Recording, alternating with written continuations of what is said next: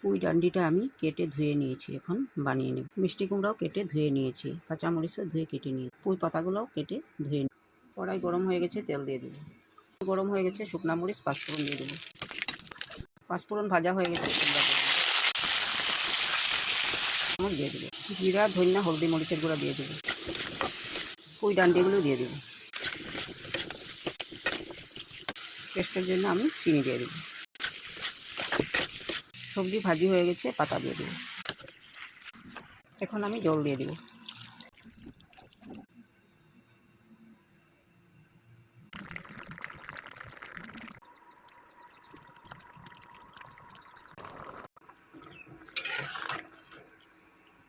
মিষ্টি কুমড়ো দিয়ে পুঁই ডাঁটার সবজিটা আমার হয়ে গেছে, নামিয়ে নেব।